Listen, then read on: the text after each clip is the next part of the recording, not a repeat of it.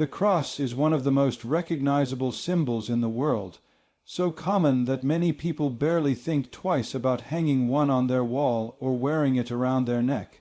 But that familiarity can be dangerously misleading. This isn't just a piece of religious art or cultural decor.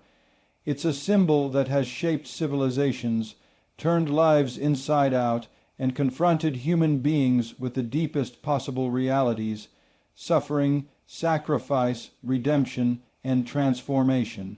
It marks the intersection of heaven and earth, the place where divinity meets mortality, and that's not something to treat lightly. When you bring a cross into your home, you are inviting more than aesthetic value. You are making a statement, whether you mean to or not. It's a declaration, a spiritual banner that speaks about what you believe, how you live, and what you're willing to confront in yourself. And if you're not ready to back that up with your life, if you're not prepared to be transformed by what it represents, it might not be the blessing you assume it is. Symbols carry power, they carry meaning. They don't just sit quietly in the background of our lives. They shape us, provoke us, and sometimes they challenge us to become something better, or expose the fact that we're not. That's why we need to take this seriously. If the cross truly represents the center of divine history, the ultimate sacrifice, the ultimate victory, then putting it in your home is not a neutral act. It is not just another ornament, it has implications. It invites a confrontation with your own soul. And if you ignore that invitation, if you try to live in contradiction to what that symbol demands, you may find yourself in conflict with the very forces you've welcomed into your space. So this isn't about fear. It's about awareness. It's about taking seriously the things we claim to value. If you claim the cross, you claim everything that comes with it. The call to truth, to sacrifice, to integrity, to order. That's a high standard, and while it's not always easy, there's profound dignity in aiming for it. But the first step is recognizing what you're dealing with, what you've invited into your home, and being honest about whether your life aligns with the truth it represents. Because when you bring a cross into your home, you're not just decorating a wall. You're making a covenant, whether you realize it or not. And that covenant is not with wood and metal. It's with meaning itself. When we talk about symbols, especially religious ones like the cross, we are not merely talking about decorative shapes.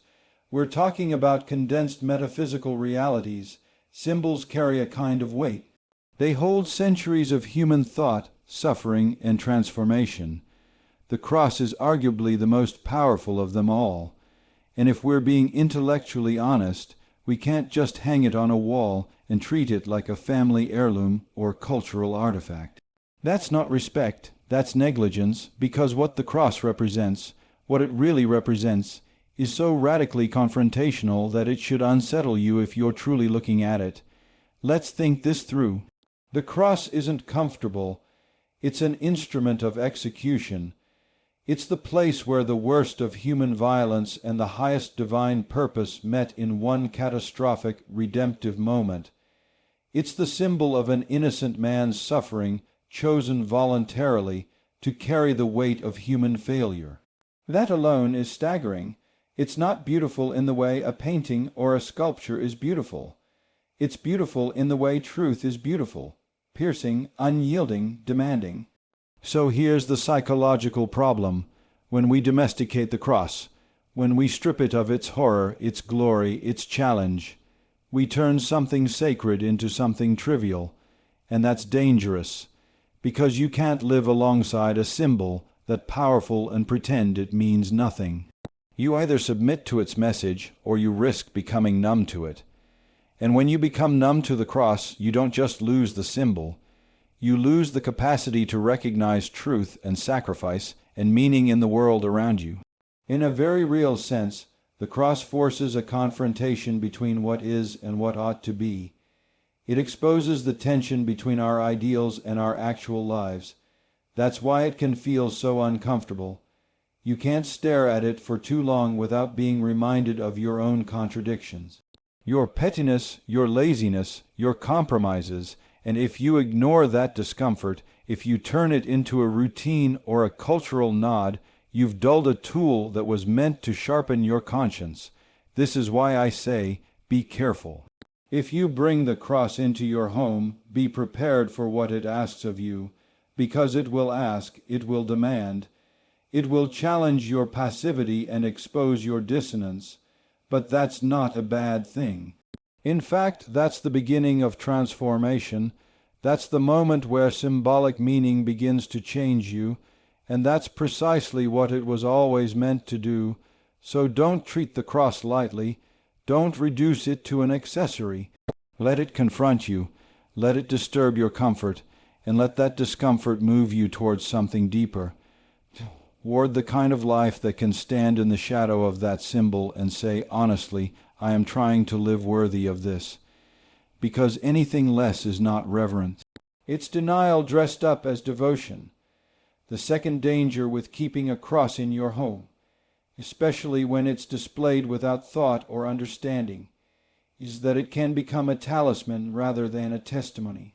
There's a psychological and even spiritual distortion that happens when people begin to treat sacred objects like magical ones. It's subtle. You might not even notice it, but over time, what was meant to represent profound sacrifice and divine intervention begins to function more like a good luck charm.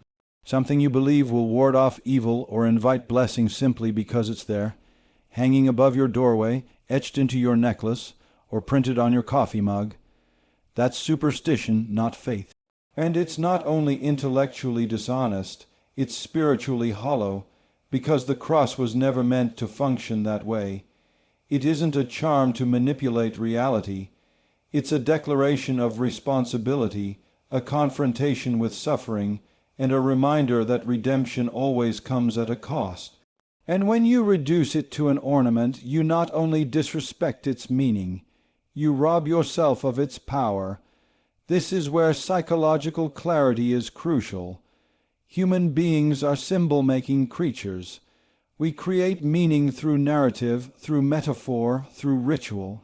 But we're also deeply vulnerable to misusing those same mechanisms. We want security without sacrifice. We want assurance without obedience. And so, rather than allowing the cross to demand something from us, we quietly begin to expect it to do something for us. We think, if I just keep it visible, if I wear it, if I place it in the right room, then maybe I'll be protected. But protection in that sense, detached from personal transformation, isn't what the cross offers.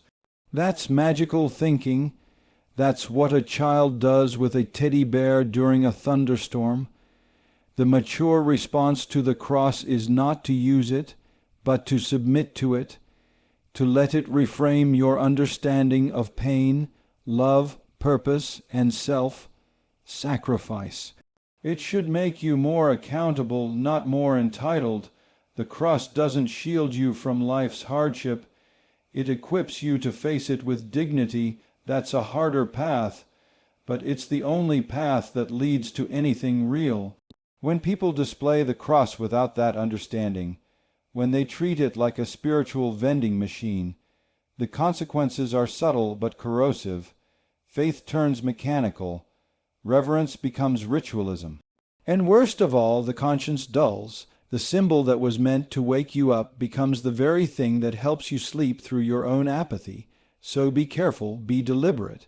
Ask yourself not just whether you have a cross in your home, but whether the cross has a place in your life. If you're not willing to live in alignment with what it means, don't expect it to function like a shield. The cross isn't magic, it's meaning, and meaning doesn't protect you from truth. It demands you face it. Another concern, often overlooked, is the unconscious projection of spiritual safety onto physical objects.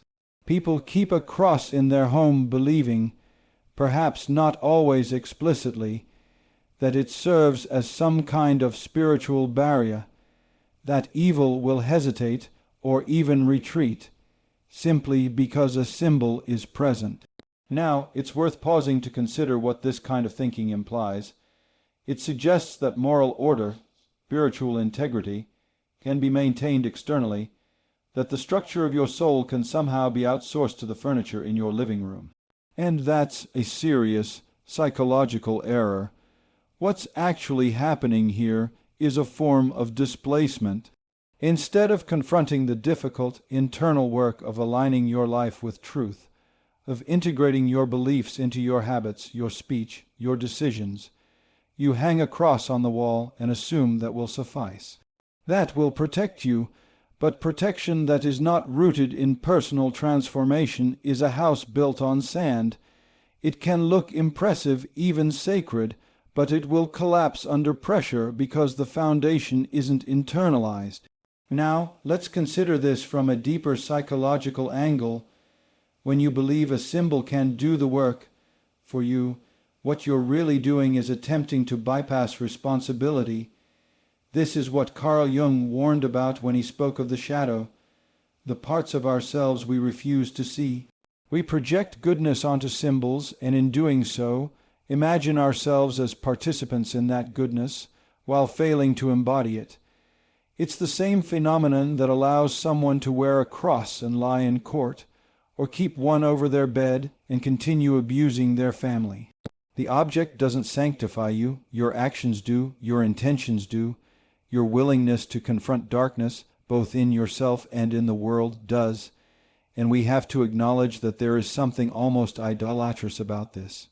Not in the crude, ancient sense of bowing down to golden calves, but in a much subtler, more modern sense. It's the idolatry of comfort, of externalization. It's easier to let the cross be a decoration than a demand. Easier to frame it than to follow it. This is why many homes with a cross still feel spiritually barren, because symbols, when disconnected from sacrifice, are hollow. They lose their resonance. They become artifacts of an idea, not evidence of a lived reality.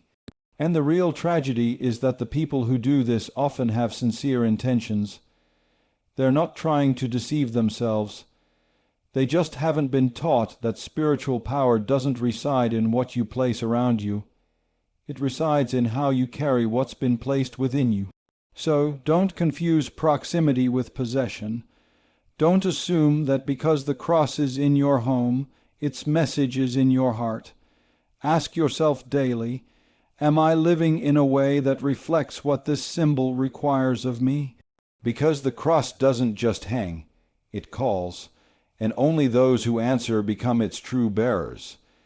There's something profoundly dangerous about the unexamined presence of religious symbols, particularly something as loaded as a cross in an environment where disorder reigns. It's like putting a beacon of divine order into the center of chaos and pretending that it somehow neutralizes the dysfunction. But that's not how spiritual reality works. In fact, the opposite is often true. When something sacred is introduced into a corrupt space, it doesn't sanctify the corruption. It exposes it. And if that corruption isn't dealt with, the symbol becomes not a blessing, but a burden. Think of it this way. The cross is not a neutral object. It carries with it an unbearable demand. It's not decorative, it's declarative. It declares to anyone who understands it properly a call to die to self, to submit to higher truth, to embrace suffering with meaning. If you place that kind of power in a space filled with contradiction, hypocrisy, unresolved guilt, hidden addictions, it creates psychological dissonance. And when people don't resolve that tension honestly, it can twist into resentment, superstition, or even open rebellion against the very faith the symbol represents. This is why some people grow to despise the cross, even though they keep it on the wall. Not because the cross failed them, but because they failed to align their lives with what it demands. They brought holiness into a space unwilling to be made holy. That contradiction becomes unbearable over time. And instead of addressing the real root, dishonesty, rebellion, pride, they blame the symbol, or worse, They try to reinterpret it into something soft, something harmless. But the cross isn't harmless. It is the ultimate confrontation with the self. It says, here is what your sin costs, and here is the only way through it. By sacrifice, by humility, by transformation. You see this play out even in group dynamics. A household with a cross in the center, but bitterness in every conversation, deception in relationships, or laziness in spiritual discipline becomes a battlefield. Because now, it's not just dysfunction. It's dysfunction in the presence of truth.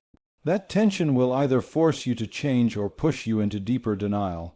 And denial in the presence of sacred symbols breeds spiritual decay. What we place in our homes is never just decorative. It reflects what we believe about the world, and more importantly, what we believe about ourselves. If you aren't prepared to live in a way that honors the presence of the cross, then you're not inviting blessing, you're inviting judgment, not necessarily from God in some punitive sense, but from the natural consequences of living in contradiction. You will not have peace in a space where your values and your actions are fundamentally at odds. So, if you keep a cross in your home, don't just ask what it means, ask what it requires, because its presence is not neutral. It will either elevate you or expose you, and you get to choose which. Now, consider this carefully. When you place the cross in your home, it doesn't just serve as a reminder of Christ's sacrifice, it acts as a declaration of allegiance. And that declaration doesn't happen in a vacuum. In the unseen spiritual realm, you've now sent a signal. You've drawn a line in the sand. And if your internal life and your external space don't match that declaration, you're opening a kind of metaphysical contradiction, one that often draws resistance, not only psychologically, but spiritually. Let me explain what I mean. Symbols are not passive. They don't simply sit quietly in the background of your home like a nice painting or an old photograph. Symbols, especially ancient archetypal ones like the cross, carry centuries of moral and spiritual weight. They're loaded with meaning. The cross is a symbol of divine authority, of cosmic justice, of the brutal reality of sin and the redemptive necessity of sacrifice. That's not mild. That's not ornamental. That is revolutionary, and if your environment is disordered, if it's a space filled with unresolved trauma, manipulative relationships, hidden sin, or spiritual apathy, then the presence of the cross becomes a challenge, a confrontation, because now you've introduced the embodiment of divine structure into human disorder. You've essentially brought a sword into a room full of lies, and swords do what swords do. They divide. They cut. They reveal what is false by drawing attention to what is true. This is why often you'll find that when someone brings a cross into their space without preparing the space, spiritually, mentally, morally, they experience unrest. The dreams become disturbing, the relationships become strained, the atmosphere becomes heavy. People sense it, but they can't always articulate it. Ever since I brought that into the house, they say things feel different. Of course they do. Because you've invoked a symbol that demands integrity. And if that integrity isn't there, the pressure mounts. This isn't superstition. It's spiritual reality. The cross, in a way, acts like a litmus test for truth. It reveals dissonance. It highlights where our lives don't yet reflect the weight of the symbol we claim to honor. And unless we're willing to confront that dissonance honestly, to repent, to realign, to walk in obedience, then the cross becomes less of a comfort and more of an irritant. Not because it's flawed, but because we are resisting what it calls us to become. So when you bring a cross into your home, you are not decorating. You are declaring war on chaos, on lies, on sin, and on all that is misaligned with the order of heaven. And like any declaration of war, it comes with consequences. You can't wave the banner of righteousness and then continue to live in unrighteousness without something breaking down, inside you, around you, or both. If you bear the cross, live the life, because symbols without substance become shadows that haunt instead of lights that guide. Choose truth, or don't bring the truth home. So here we are, at the end of this path, but perhaps at the beginning of a deeper reckoning. If you have a cross in your home, or if you're thinking about bringing one in, don't treat it lightly. You're not hanging a decoration, you're anchoring a declaration. You're inviting into your space not just a symbol, but a standard, one that demands your honesty, your transformation, your obedience. And if that space, your home, your mind, your heart, is not aligned with what the cross represents, then don't be surprised if things begin to shake. That's not punishment, that's purification. The cross is not safe, but it is good. It is not soft, but it is true. It is not a relic, it is a revelation. It doesn't ask for admiration, it demands alignment.